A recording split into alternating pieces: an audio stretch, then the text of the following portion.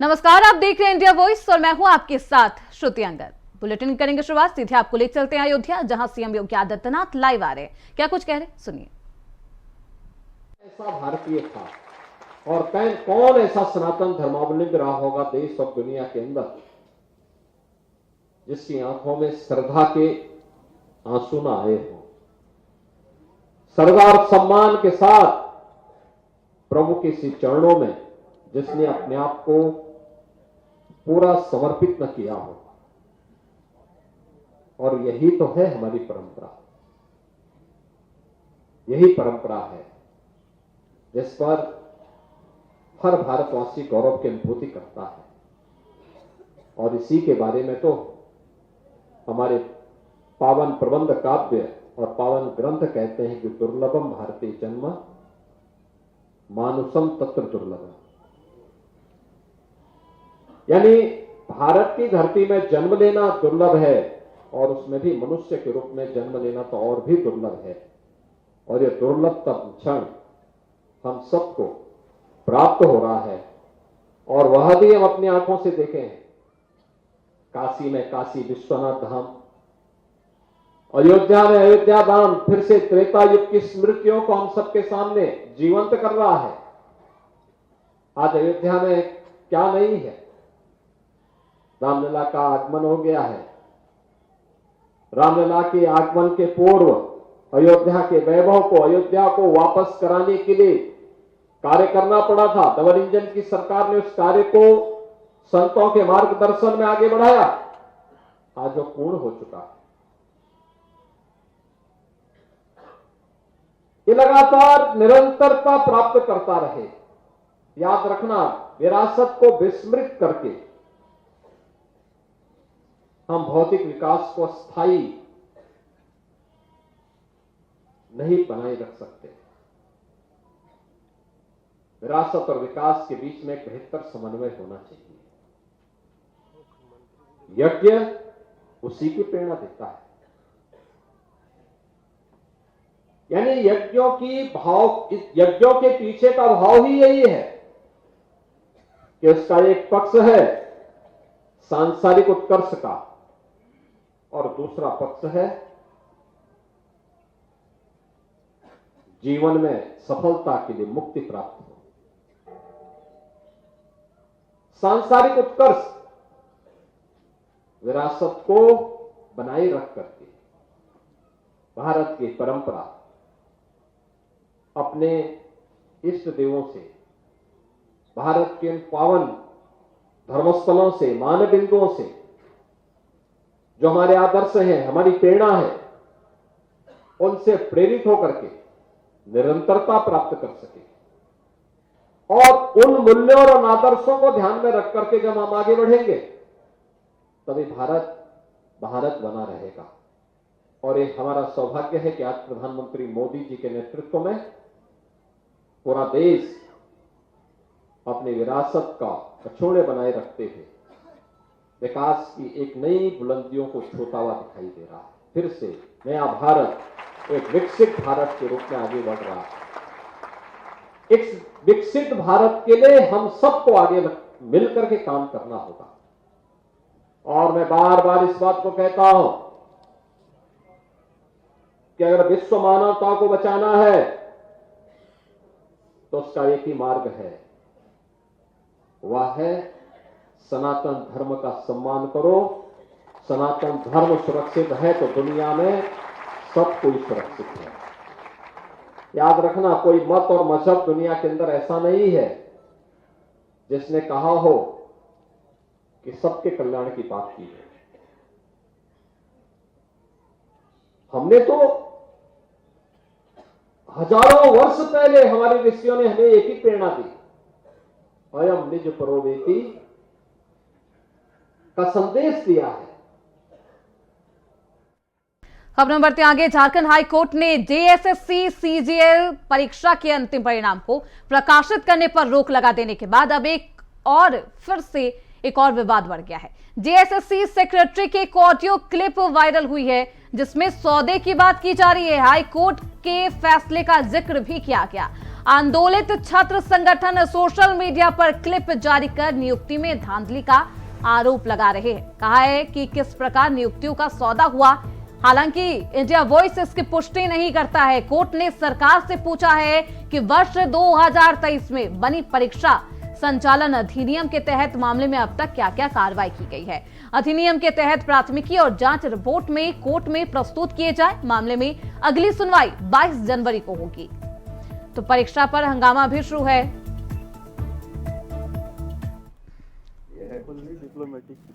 Fully diplomatic जवाब हर question का है ना। एडमिनिस्ट्रेशन चलाने निकलोगे तो ऐसे ही हो जाओगे।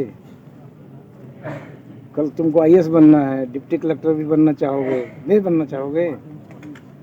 ये एसओ ही बन करके लास्ट।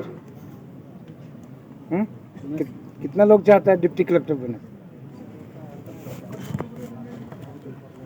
माइक नहीं, हम तो बिना माइके में देखो यहाँ लगल है, ओरिजिनल माइक फिट है।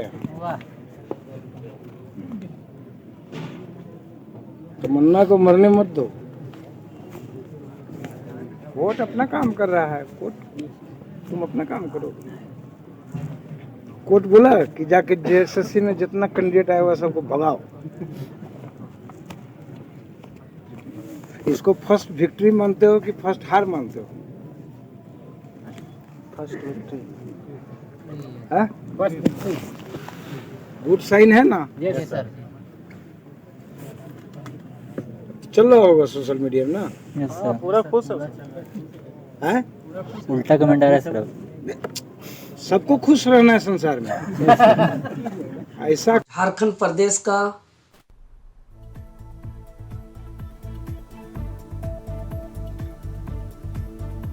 तो इंडिया वॉइस ऑडियो की पुष्टि नहीं करता है, लेकिन ये ऑडियो अब झारखंड की सियासत में तहलका मचा रहा है। हमारे साथ हमारे सहयोगी अजय पांडे रांची से ज्यादा जानकारी के साथ जुड़ चुके हैं।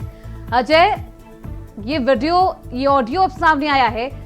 इस ऑडियो की पड़ताल किस तरीके से की जा रही है? इसमें कितना सच्चाई है इस ऑडियो में? साथ ही साथ इस ऑडियो में क्या कुछ कहा गया है? देखिए, अभी यानी कह सकते हैं जैसे कि सीजन के मामला अभी हाल फिलहाल में लाठी छात्रों पर लाठी चार्ज की बात अभी मामला शांत नहीं हुआ कि आप देख सकते हैं कि हालांकि ये जो क्लिप ऑडियो क्लिप है, हालांकि मीडिया वाइज इसकी पुष्टि नहीं करता है, लेकिन इस प्रकार के ऑडियो में जिक्र किया गया है कि जिस परीक्षा को लेकर के कहा गया है कि जो कोर्ट का अपना काम करने दीजिए, आप तैयार रहे, और इन तमाम सौदों की भी बात का भी जिक्र की गई है। तो निश्चित रूप से इस प्रकार से जो सोशल मीडिया में यह ऑडियो वायरल जो है वो काफी तेजी से बढ़ रहा है। छात्र संगठन ने इसकी अपनी सोशल मीडिया में भी पोस्ट किया है, और आप देख सकते हैं कि छात्र नेता देवेंद्र महतो ने भी इस ऑडियो क्लिप पर अपनी प्रतिक्रिया भी जारी की है।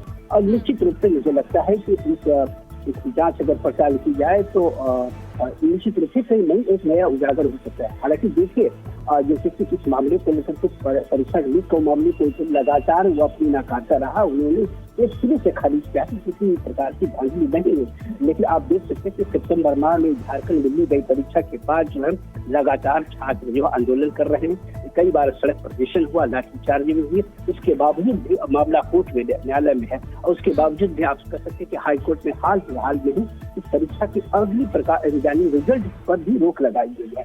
तो अब देखना पड़ेगा कि इस क्लिप की जांच के बाद या हाई कोर्ट में जो 22 तारीख को जो डिसीजन हो रहा है वो किस तरीके से लेती है, या सरकार इस पर किस तरीके से संज्ञान लेती है, ये देखने वाली बात हो सकती है। बिल्कुल, अब जांच किस तरीके से आगे बढ़ती है देखना बेहद दिलचस्प होगा अजय। लेकिन सवाल यही है, क्योंकि 22 जनवरी को इस पूरे मामले पर सुनवाई होनी है, लेकिन उससे पहले ये ऑडियो क्लिप वायरल होता है। इस ऑडियो क्लिप में खास बात ये कही जाती है क्योंकि इसमें सौदे की बात की जा रही है, हाई कोर्ट के फैसले का जिक्र किया जाता है। कहा जाता है कि हाई कोर्ट का जो भी काम है वो अपना करेगा, लेकिन आप अपना काम करिए। किस तरीके के काम की बात की जा रही है? क्या कुछ आदेश दिया जा रहा है? देखिए, इस क्लिप में तो साफ तरीके से जाहिर है, जिस प्रकार से उन्होंने साफ तरीके से कहा है कि आप सरकार अपनी जैसे जो अपनी तरीके से काम कर रही है वो हम कर रहे हैं, हाईकोर्ट का अपने काम करना है वो कर रहे हैं। जिस प्रकार से आगे क्लिप में जिस प्रकार से पैसे का जिक्र किया है, 30 लाख रुपए देने नहीं देने की भी बात जिक्र किया है, 10 लाख देने की सिफारिश भी की गई, उसका भी जिक्र है। तो निश्चित रूप से देखिए छात्र का जो आंदोलन है, जो जिस प्रकार से छात्र लगातार परीक्षा के बाद जो है लगातार वो धांधली का आरोप लगा रहे हैं, प्रश्न पत्र लीक के आरोप लगा रहे हैं, इस बात को यह ऑडियो ये जाहिर करता है, ये साबुत के तौर पर देखा जा सकता है कि निश्चित रूप से जो झारखंड में सीजन की जो परीक्षा हुई जेएसएससी के द्वारा, निश्चित रूप से किसी न किसी रूप में धांधली हुई है और जिस कारण आज उसका एक सब छोटा सा नमूना पेश है। हालांकि देखिए छात्र संगठन ने प्रश्न पत्र लीक मामले में तमाम सबूत जेएसएससी को दी है और हालांकि उस पूरे सबूत को जेएसएससी ने एक सिरे से खारिज किया है और उस पर लगातार उस पर कोशिश चल रही है और मामला हाईकोर्ट में भी है। अब देखना पड़ेगा कि राज्य सरकार और हाईकोर्ट को अब किस तरीके से इस मामले को लेते, ये देखने वाली बात हो सकती है। यानी कि अब इस ऑडियो पर क्या कुछ कार्रवाई की जाती है, देखना बेहद दिलचस्प होगा। अजय, बहुत शुक्रिया आपका इन तमाम जानकारियों के लिए। झारखंड प्रदेश का सबसे ज़्यादा संख्या में सरकारी कर्मचारियों का नियुक्ति करने वाली संस्था झारखंड कर्मचारी चयन आयोग के सचिव श्री सुधीर गुप्ता जी का वायरल ऑडियो का उच्च स्तरीय जांच कराकर तत्काल निलंबित किया जाए। इसीलिए मैं यह मांग कर रहा हूं क्योंकि आंदोलन में बर्बरतापूर्ण लाठीचार्ज और माननीय झारखंड हाईकोर्ट के द्वारा आयोग को रिजल्ट पर रोक लगाने का आदेश के बाद सुधीर गुप्ता जी का वायरल ऑडियो से साबित होता है कि सुधीर गुप्ता जी एक तरीके से माननीय झारखंड हाईकोर्ट का अपमान करने वाला, मजाक उड़ाने वाला, जेएसएससी का नियमावली को तार तार करने वाला, नहीं मानने वाला, भ्रष्ट, झारखंड विरोधी, संविधान विरोधी व्यक्ति हैं। इसलिए मैं यह बात कर रहा हूं क्योंकि माननीय हाईकोर्ट के आदेश के बाद एक ऑडियो वायरल होता है जिसमें स्पष्ट रूप से उन्होंने कहते हुए नजर आ रहे हैं कि हाईकोर्ट का फैसला आने दो, वो माननीय हाईकोर्ट अपना काम करे, आयोग अपना काम करेगा, सबको खुश होने दो, ऐसा काम करो जिससे सब खुश हो जाएगा, लेकिन तुम लोग लिख दो कि हम ये एसओ हैं। महोदय, जब माननीय झारखंड हाईकोर्ट ने रिजल्ट प्रकाशन से ही रोक लगा दिया तो आखिर स्टूडेंट को कैसे बोल रहे हैं कि लिख लो हम एसओ हैं? सबसे बड़ा सवाल है। दूसरी बात, स्पष्ट रूप से कहते हुए नजर आ रहे हैं कि हमको कटअप से कोई लेना देना नहीं है, कटअप उटअप से कोई मतलब नहीं है, जबकि जेएसएससी का नियमावली है कि रिजल्ट जारी होने के साथ साथ कटअप जारी करना है। और कटअप से यार इसका आज यही वजह है कि आज तक कटअप भी जारी नहीं हुआ है। इससे यही प्रतीत होता है कि जेएसएससी नियमावली का एक भी पालन नहीं किया जाता, इसको तार तार करने वाला व्यक्ति है। साथ ही साथ इन्होंने हंसते हुए, मजाक उड़ाते हुए इन्होंने कहा है कि 10 लाख दे दो, फर्स्ट इंस्टॉलमेंट दे दिया, डॉक्यूमेंट वेरिफिकेशन के लिए डॉक्यूमेंट लौटाया होगा, बाहर दलाल इंतजार कर रहे हैं, इस तरीके से बात कर रहे हैं। मतलब इससे यही प्रतीत होता है कि सुधीर गुप्ता जी खुद सेटर लोग से, दलाल लोग से मिलीभगत रखते हैं, सांठगांठ रखते हैं और इनका सहयोग रहता है। इस तरीके से बातों से प्रतीत होता है। और साथ ही साथ इन्होंने संविधान विरोधी है, झारखंड विरोधी है, भ्रष्ट व्यक्ति है, यह इसलिए बोल रहे हैं क्योंकि उन्होंने स्पष्ट रूप से कहा है कि you may be a component, you cannot be a judge, you cannot be a IO, you cannot be a supervisory authority। मतलब जबकि यह आंदोलनकारियों को इस तरीके से मजाक उड़ा रहे हैं, जबकि यह वही मामला है महोदय जिस मामले पर वर्तमान माननीय मुख्यमंत्री हेमंत सोरेन जी ने जेएसएससी सीजीएल मामले पर सीआईडी जांच का आदेश दिया है। यह वही मामला है जिस मामले पर माननीय झारखंड हाईकोर्ट ने रिजल्ट प्रकाशन से रोक लगाया है। तो फिर इस तरीके का मजाक उड़ाना, इससे यही साबित होता है कि ये हाई लेवल में खेला हो रहा है और स्पष्ट हो रहा है कि यहाँ सेटिंग वेटिंग हुआ है। ऐसे भ्रष्ट व्यक्ति को हम लोग कतई बर्दाश्त नहीं करेंगे। इसलिए सरकार इस वायरल ऑडियो रिकॉर्डिंग का उच्च स्तरीय जांच करे और तत्काल सचिव पद से श्री सुधीर गुप्ता जी को निलंबित करे, अन्यथा हम लोग खबर लखनऊ से है, जहां विधानसभा घेराव के दौरान कांग्रेस कार्यकर्ता प्रभात पांडे की मौत किस कारण हुई, इस पर अभी भी सस्पेंस बरकरार है। प्रभात की मौत के बाद कांग्रेस प्रदेश अध्यक्ष अजय राय ने पुलिस पर हत्या का इल्जाम लगाते हुए कहा कि पुलिस की लाठियों ने प्रभात की जान ले ली है। वहीं डिप्टी सीएम ब्रजेश पाठक ने कहा था कि कांग्रेस की लापरवाही के चलते प्रभात की मौत हुई। पुलिस ने दोनों पहलुओं पर जांच की बात कही थी और पोस्टमार्टम रिपोर्ट आने पर कुछ स्पष्ट करने का आश्वासन भी दिया था, लेकिन अभी तक पोस्टमार्टम रिपोर्ट नहीं आई है, जिसके चलते मौत की गुत्थी अनसुलझी हुई है। 2 दिन बाद भी पोस्टमार्टम रिपोर्ट नहीं आने से कई सवाल उठ रहे हैं कि क्या जानबूझकर रिपोर्ट नहीं सार्वजनिक की जा रही है या फिर कोई और ही खेल है। हालांकि पुलिस ने कांग्रेस प्रदेश अध्यक्ष अजय राय समेत 10 नेताओं को पूछताछ के लिए नोटिस भी भेजा है। तो इस खबर पर ज्यादा जानकारी के साथ हमारे सहयोगी रमन मिश्र हमारे साथ जुड़ चुके हैं। रमन, पोस्टमार्टम रिपोर्ट का इंतजार किया जा रहा है, 2 दिन बीत चुके हैं, फिर भी अभी तक प्रभात पांडे की मौत को लेकर अभी तक कोई पोस्टमार्टम रिपोर्ट सामने नहीं आई। क्या कुछ इसकी वजह बताई जा रही है, क्यों देरी हो रही है? श्रुति, विधानसभा घेराव के दौरान या उसके कुछ देर बाद में जिस तरीके से प्रभात पांडे की मौत हुई, उस पर ये मौत क्यों हुई, क्या पुलिस की लाठियों से हुई या फिर हार्ट अटैक से हुई, इसको लेकर कहानी जो है वो उलझी हुई थी। तो जहां पर कांग्रेस प्रदेश अध्यक्ष अजय राय का कहना था कि पुलिस की लाठियों के चलते चोट लगी और उसके कारण से प्रभात पांडे ने जान गंवाई, वहीं पर डिप्टी सीएम ब्रजेश पाठक और पुलिस का कहना था कि कांग्रेस की लापरवाही के चलते प्रभात पांडे की मौत हुई। आपको बता दें, शुरुआती जांच में पोस्टमार्टम की ये बताया गया कि मौत जो है हार्ट अटैक की वजह से हुई, लेकिन पोस्टमार्टम रिपोर्ट सार्वजनिक नहीं की गई है, जिसके चलते मामला आखिर मौत प्रभात पांडे की क्यों हुई, क्या कांग्रेस कार्यालय में ऐसा कुछ हुआ जिसके चलते प्रभात पांडे को जान गंवानी पड़ी, या फिर किसी कमी के चलते, ज्यादा गर्मी के चलते, या फिर पुलिस के लाठी के चलते उनकी तबीयत बिगड़ी और उन्हें हार्ट अटैक आया और उसकी वजह से उनकी मौत हुई। हालांकि ये तभी खुलासा हो पाएगा जब पोस्टमार्टम रिपोर्ट सामने आएगी। हालांकि कांग्रेस नेताओं का और कुछ यहाँ के जानकार व्यक्तियों का ये कहना है कि पुलिस इस मामले में पूरी तरीके से उलझ चुकी है, क्योंकि पुलिस ने यहाँ पर चारों तरफ बैरिकेडिंग कर रखी थी, एक भी रास्ता खुला नहीं था। अगर पुलिस ये कहती है कि वो नेता पहले से, प्रभात पांडे पहले से बीमार था, तो आखिर उनको ले जाने के लिए रास्ता क्यों नहीं दिया गया।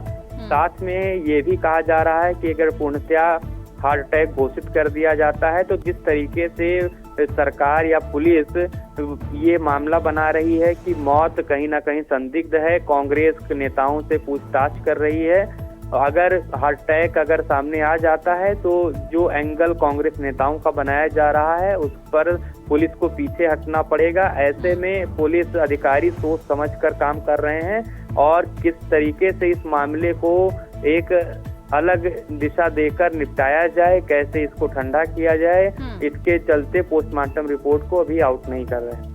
यानी कि पोस्टमार्टम रिपोर्ट तो आ गई है लेकिन उसे सार्वजनिक नहीं किया जा रहा है। कहा जा रहा है कि हार्ट अटैक से प्रभात पांडे की मौत हुई थी। अब सवाल यही है, क्योंकि फॉरेंसिक टीम भी पहुंचती है, क्या उसके रिपोर्ट भी सामने आ गए हैं और इसके रिपोर्ट क्या सार्वजनिक किए गए हैं? तो डिप्टी सीएम ब्रजेश पाठक ने कहा था कि विस्तार रिपोर्ट भी रखी गई और उसकी जांच की जाएगी। हालांकि उसकी रिपोर्ट अभी तक सामने नहीं आई है। जरूरत पड़ने पर एडीसी यहाँ पर डीसीपी रवीना त्यागी, उन्होंने कहा था कि जो इल्जाम लग रहे हैं कि पुलिस की लाठियों की चोट की वजह से प्रभात पांडे की जान गई है, उसकी भी जांच होगी और पोस्टमार्टम रिपोर्ट में जैसे ही कुछ ऐसा निकलता है उस एंगल से जांच की जाएगी। लेकिन अभी तक पुलिस ने क्या एक्शन लिया इस मामले में, ये अभी सामने नहीं आया है। हालांकि कांग्रेस के 10 नेताओं को प्रदेश अध्यक्ष अजय राय समेत नोटिस दिया गया है पूछताछ के लिए, और जो भी यहाँ पर कमरा था और जो भी यहाँ पे एक कुछ ऐसे स्थान थे जहाँ पर प्रभात पांडे बैठे या लेटे हुए थे, उसे सीज कर दिया गया है। और ये भी इल्जाम हालांकि पुलिस द्वारा लगाया गया है कि उसके स्थल के साथ छेड़छाड़ की गई है। जब तक पुलिस वहां तक पहुंचती तब तक वहां से बहुत सारी चीजें साफ कर दी गई, जिसके चलते पुलिस को परेशानी हो रही है सबूत ढूंढने में। हालांकि अगर मौत हार्ट अटैक की वजह से हुई है तो कौन सा सबूत पुलिस ढूंढ रही है, ये सवालों में है। लेकिन रमन, ये कहा जा रहा था शुरुआती दौर में कि प्रभात पांडे की तबीयत हमेशा ही खराब रहती है। हालांकि जब उनके चाचा सामने आए तो उन्होंने ये स्पष्ट रूप से कहा कि उसे कोई भी बीमारी नहीं थी, वो एकदम स्वस्थ था। उसके बाद अब जांच किस तरीके से बढ़ रही है, कई खुलासे किए। ये भी कहा मनीष पांडे ने, माफ करिएगा, कि उनका जब भतीजा प्रभात पांडे बेहोश था कार्यालय में, तब उन्हें कॉल भी आया था। कॉल डिटेल की भी जांच की जा रही है। क्या कुछ कहा जा रहा है इस पूरे मामले पर? और वो कह रहे हैं कि वो गोरखपुर से दिल्ली इस काम के लिए नहीं आया था, वो प्रदर्शन में शामिल होने के लिए नहीं आया था। आपको बता दें, बिल्कुल इस मामले में जो हमारी कांग्रेस के नेताओं से बात हुई, तो कांग्रेस के नेताओं ने का ये कहना है कि उनके चाचा जिस तरीके से बता रहे हैं कि वो प्रदर्शन में नहीं आया था, जबकि उनका भतीजा युवा कांग्रेस में प्रदेश सचिव रह चुका है और उनके चाचा को अगर ये नहीं पता था तो कहीं ना कहीं हैरान करने वाली बात है। और कहीं ना कहीं इशारों में कांग्रेस नेताओं ने ये कहा कि जो भी ये मामला चल रहा है उसके पीछे उनके चाचा हैं, क्योंकि जिस तरीके से उन्होंने कहा कि उनका भतीजा यहाँ क्यों आया था ये उन्हें नहीं पता है, वो बीमार रहता था ये उन्हें नहीं पता है।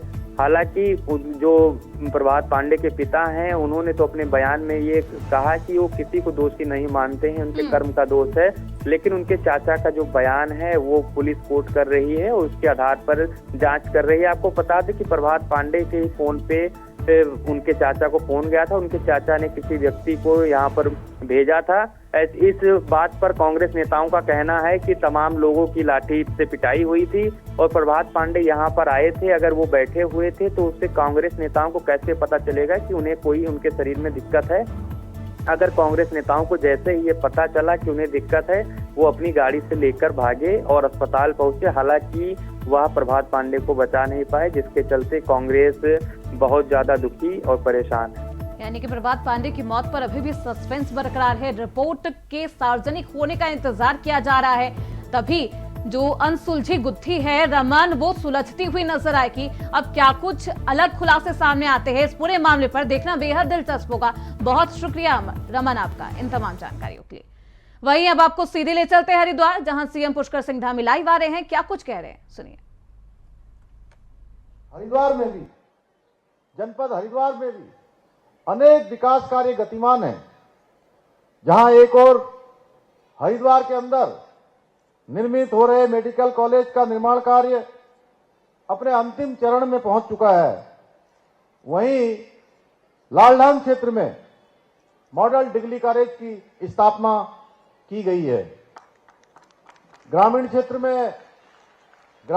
में लोगों को बेहतर स्वास्थ्य सुविधाएं उपलब्ध कराने के लिए ग्राम श्यामपुर में स्वास्थ्य केंद्र की स्थापना की गई है।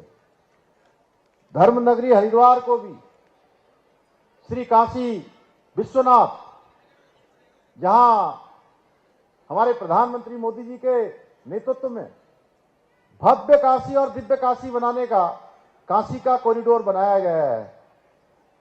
एक समय जब लोग भगवान विश्वनाथ जी के दर्शन करने जाते थे तो एक सकरा सा रास्ता होता था और दर्शन करने में कठिनाइयों का सामना करना पड़ता था, लेकिन हमारे प्रधानमंत्री मोदी जी की इच्छा शक्ति के कारण से आज काशी का कॉरिडोर बन जाने के बाद वो पूरे हाईवे जैसा निर्मित हो गया है। एक साथ लाखों लोग आज बाबा विश्वनाथ जी के दर्शन कर रहे हैं, बाबा भोलेनाथ के दर्शन कर रहे हैं। इसी प्रकार से उज्जैन में महाकाल कॉरिडोर, इसी की भांति हम भव्य और दिव्य रूप देने के लिए हरिद्वार और ऋषिकेश कॉरिडोर के लिए भी काम कर रहे हैं। उसके लिए अभी 1-2 दिन पहले श्री मदन कौशिक जी भी हमारे साथ उस बैठक में थे। अनेक सुझाव, अनेक प्रकार के लोगों के अलग अलग प्रकार के सुझाव आए हैं। अन्य लोगों से भी हम कंसल्टेंट कर रहे हैं, सभी के सुझाव लेकर उस काम को भी आगे बढ़ा रहे हैं। हरिद्वार में हेली सेवाओं के लिए हेलीपोर्ट का निर्माण करने के साथ ही नगर की जो जाम की समस्या है उससे मुक्ति दिलाने के लिए पोर्ट टैक्सी के संचालन की कार्य योजना भी तैयार की जा रही है। हर की पैड़ी से मां चंडी देवी तक रोपवे के निर्माण को हरी झंडी मिल चुकी है जिसका निर्माण कार्य शीघ्र ही प्रारंभ हो जाएगा। लालढान की बरसाती नदी में पुल के निर्माण के साथ ही झूला पुल बनाने की दिशा में भी कार्य किया जा रहा है। इतना ही नहीं, हरिद्वार रुड़की विकास प्राधिकरण की ओर से शंकराचार्य फ्लाईओवर के नीचे गेम जोन बनाकर खिलाड़ियों को वॉलीबॉल, टेबल टेनिस एवं क्रिकेट सहित अन्य खेलों का अभी प्रशिक्षण दिया जा रहा है, वहां पर ट्रेनिंग हो रही है। इसके साथ ही दूधाधारी फ्लाईओवर के नीचे बृहद स्तर पर पार्किंग, कॉमर्शियल कॉम्प्लेक्स, पार्क सहित अन्य विकास के कार्य कराए जा रहे हैं।